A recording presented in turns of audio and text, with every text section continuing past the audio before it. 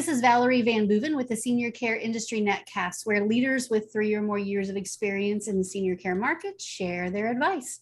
So let's get to it. Tell us who you are and what you do. My name is Tami Anastasia. I am a dementia consultant and educator, and I also facilitate several caregiver support groups, and most recently the author of this wonderful book. And also I do a lot of educational webinars and presentations. And you have been with us before, and we're so glad to see your book out. And I was happy to see that announcement come through my email. So congratulations. Thank you very much. And thank you for having me again. Sure. Is this your first book, or have you written other books? This is my second book. The first book I wrote was in 2002. It was on the psychology of making exercise a habit, actually. Oh, nice. Wow. Yeah, So it's been a few years between books. Yep, it has, and a whole different angle now. Yeah, absolutely. Yeah, lots of updates and a different topic here, mostly about dementia. So tell us all about the book and what readers should expect and who should buy this and who will learn from it. Okay, so I wrote the book specifically for the family caregiver who's taking care of a loved one with dementia. And I have a private practice, so I meet with people one-on-one, and I also do the support groups. So I took all of this information that I felt that caregivers need to know. So the first part of the book is about talking about dementia and in lay people's terms. It's not scientific in any way, other than I talk about dementia, the changes dementia causes in the brain. The second part of the book is about how dementia is going to change your loved one and how those changes are going to affect you, and then how to cope with those changes. And then the third part of the book talks about what I call the 4 Ds of dementia care. And it applies to 11 specific challenging behaviors. So it talks about repetitive questioning, sundowner, shadowing, incontinence, bathing, toileting, the things that are considered most challenging across the board that I hear the most in my practice from all the caregivers. So I wanted to provide a book that basically walks them through this journey. It's a fabulous book for the family caregiver, but it's also a wonderful book for professionals because it'll provide a lot of insight also in terms of what the family caregiver goes through emotionally. And then it's loaded with strategies, loaded with insight. So I think it's just a nice book. If anybody's in the elder care professional dealing with dementia, has clients who are taking care of a loved one with dementia, I think it's a wonderful resource. It sounds to me like it'd be great for the professionals to have it, but also to have one to hand to the family and say, here's something that I think will help you. I know it helps me and others. Yeah, especially like home care agencies, they go in and they work with the families a lot. This would be a fabulous book to give to the client to say, this will be a great book to help you sort through this journey.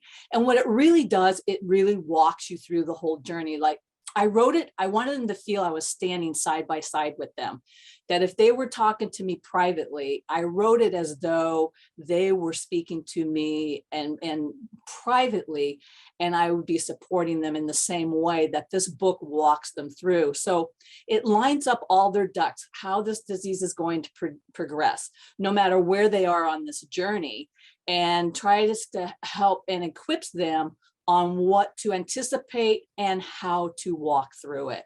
So anybody who has a home care agency, elder law attorneys, anybody in the field dealing with families who have dementia, it's a great resource. The care communities, the memory care communities, they have so many tours they give. And, by the time they make this decision to make this move for their loved one, it's a huge emotional roller coaster, and this would be super nice for them to have. Yeah, I think that when you're, most of the families come to a home care agency in crisis, come to assisted living and kind of in crisis. There's been a lot of discussion and a lot of talk, and then finally there's that straw that breaks the camel's back, and here we are. And so having a resource to be able to hand to somebody, even if today is not the day that they pull the trigger and say, this really might help you in your journey. And we hope that we can be your provider. But in the meantime, we hope that this book helps you a lot. I think that would be a Yeah. great resource for people. Yeah, it normalizes, and I talk about the feelings. It's you're going to have resentment. You're going to deal with anger. The caregiver guilt is enormous. I talk about caregiver guilt, how to cope with these feelings. And a lot of caregivers feel really guilty about the decisions they have to make. They feel guilty for having these feelings. I want this to be over. I don't want to be in this position anymore. And I want to normalize those feelings. Those feelings are normal if you're a dementia caregiver, but how do we cope with those feelings? And that's what this book is going to allow, is I give you tools on how to cope with these feelings, but more importantly, I validate these feelings are normal. And I really talk about caregiver guilt a lot because it holds them back, and how to substitute guilt. Instead of feeling guilty, let's have some compassionate self-understanding.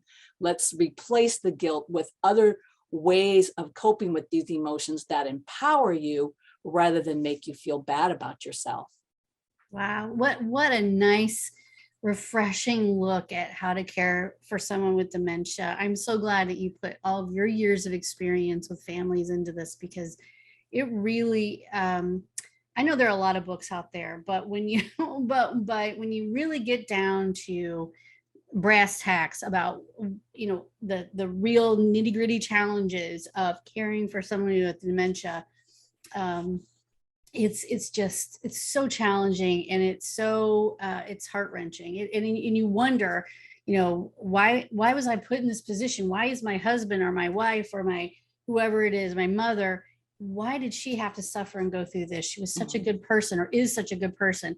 I mean, it goes on and on. I know we have and this is kind of by accident, but we have a Alzheimer's on Facebook. We have an Alzheimer's and dementia support group, and it's international, and people come from everywhere, and they're in that group. And we used to be just this little small thing, and then all of a sudden it took off, and there's 60 people a day joining, and it's crazy. And I read these stories, and I'm just like, oh, I can't read any more of these stories. It's just, these people are just, it's horrible situations sometimes. I mean, people are making the best of it. They're doing a great job caring, and if they're venting in a nice way, or they're telling their story to others and getting support. These people are supporting each other in a nice way. But when this happens, that they could use a resource like this to also help them understand that it's okay to have the feelings that they're having about all these things, and it's okay to not know exactly what to do next. Yes. That's not abnormal. It is normal. You've never been in this position before. So this would probably be a very great resource for those folks as well. So we'll post it there. And we'll let you know, so that that there's folks out there. And what's also amazes me is, in regard to dementia and caregiving, is there's an unlimited number of humans in this world going through this. Yeah. This is an enormous issue. Yeah. Just enormous. There are support groups out there on Facebook and virtually in other places that have hundreds of thousands of people in them. Yes. And so this is I'm in our group, what I see is people coming from Sweden, Norway, Israel, they're coming from everywhere, Brazil. And all have the same, it's a universal set of challenges. Yes. And dementia is going to affect every person differently as a patient. And it's also going to affect every caregiver differently, because you have this relationship with your loved one. And we have pre-dementia, the relationship, and then we have how the relationship changes once they get dementia. So the book talks a lot about, how this transition happens, and you deal with this loss of your loved one the way you knew them. How do you embrace this new person who's different? There's still ways of connecting. And so in the book, I provide a ton of strategies on how to reconnect with your loved one at their level, based on where they're at in this disease. But we can't ignore the tremendous loss it is for the caregiver. The person going through dementia doesn't know what the changes are as much as the family caregiver is so affected. And I truly believe in my heart of hearts that this disease actually is harder on the family caregiver because they have two worlds now they have to navigate. They have to navigate the realities of how this dementia, how this disease is affecting their life, their relationship, the person they love. And at the same time, they have to know what it's like now to enter the dementia person's world and know how to connect with them and how to diffuse things. So my 4Ds of dementia care are to detach, to document, diffuse, and distract, because all of these skills are required. And at the same time, the family caregiver has these emotions and these feelings. So it's a huge emotional juggling act. And if I could provide a book that helps them survive this journey, my goal is they survive this journey so it's not at the expense of their physical, mental, and emotional well-being. Because when you read the statistics on how many caregivers pass away before their loved one, it is startling. And I want the caregivers to know you're not alone. There is help. You will get through this. You will survive this. No matter what emotion, no matter what you're going through, you will survive, which is why support groups are fabulous. And I just wanted to add a little something. This is a book they could pick up. They go to the table of the content and they say, oh, this is an issue right now. They can turn right to the page. It may not be a book that is read from the beginning to the end. It's chock full, and a lot of people are going to read it from beginning to end. But if you're dealing with repetitive questions and you don't know how to deal with that, you could go to the chapter on repetitive questions. So it's just a wealth of information, but more importantly, it's a tool to have by your side when you need it at 1 o'clock in the morning and your loved one is restless and they want to wander. They want to get out of the house. They're asking why, let's get out of here. They're afraid. It's a tool to have on that nightstand right by their side that's going to help them walk through this no matter what is going on when. Yeah, that's amazing. That's awesome. We all need that little toolkit to help us get through certain moments. Some days are smooth and some days are crazy, and you never know what the day is going to bring, right? Right. And that's the thing about dementia. We kind of, you have to laugh. You have to have a sense of humor sometimes. The stories that the caregivers share with me, we have tears, but we've got laughter, we've got joy, we've got sadness, we've got grief. And there's opportunities for having a meaningful connection. But this is the problem with dementia. I always tell my clients, it may work one moment and you think, okay, I've got it down, this is going to work. And boy, on a dime, it doesn't work. So it's constantly trial and error. And the other thing I really point out in the book is also that you need to know that as dementia changes, it's also going to cause different reactions in you. But you also need to know that these are opportunities, like things that don't work are not failures. Mistakes are opportunity to learn from. Yeah. Sometimes to figure out what's going to work is by looking at why it didn't work.